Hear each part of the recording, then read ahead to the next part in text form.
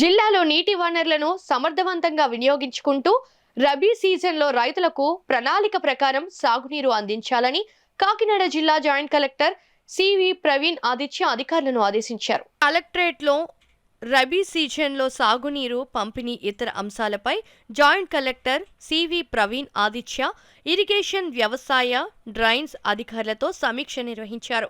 కాకినాడ జిల్లాలో గోదావరి ఆయకట్టు, ఏలేరు ఆయకట్టు, పంపా రిజర్వాయర్ కింద సాగుతున్న పంటల వివరాలు, సాగునీటి లభ్యత, కాలువల పరిస్థితులపై జేసీ ఈ సందర్భంగా అధికారులతో చర్చించారు.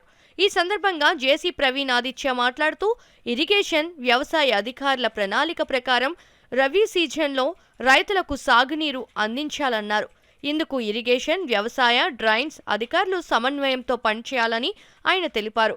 జిల్లాలో 100% వరి నాట్లు ప్రక్రియ పూర్తయిందని, గోదావరి ఆయకట్టు కింద 1,35,000 ఎకరాలు, ఏలేరు ఆయకట్టు కింద 53,000 ఎకరాలు, పంపా రిజర్వాయర్ కింద సుమారుగా 10,000 ఎకరాల్లో రైతులు పంటలు సాగు చేస్తున్నట్లు జేసీ వివరించారు. సమావేశంలో ధవళేశ్వరం నీటిపారుదల శాఖ SE G Srinivasarao, Peddapuram EE D Ramgopal, Ramachandrapuram EE V Ramakrishna, in-charge జిల్లా వ్యవసాయ శాఖ అధికారి బివిఎస్ హరి, డ్రైన్స్ ఈఈ, ఇతర అధికారులు తదితరులు పాల్గొన్నారు.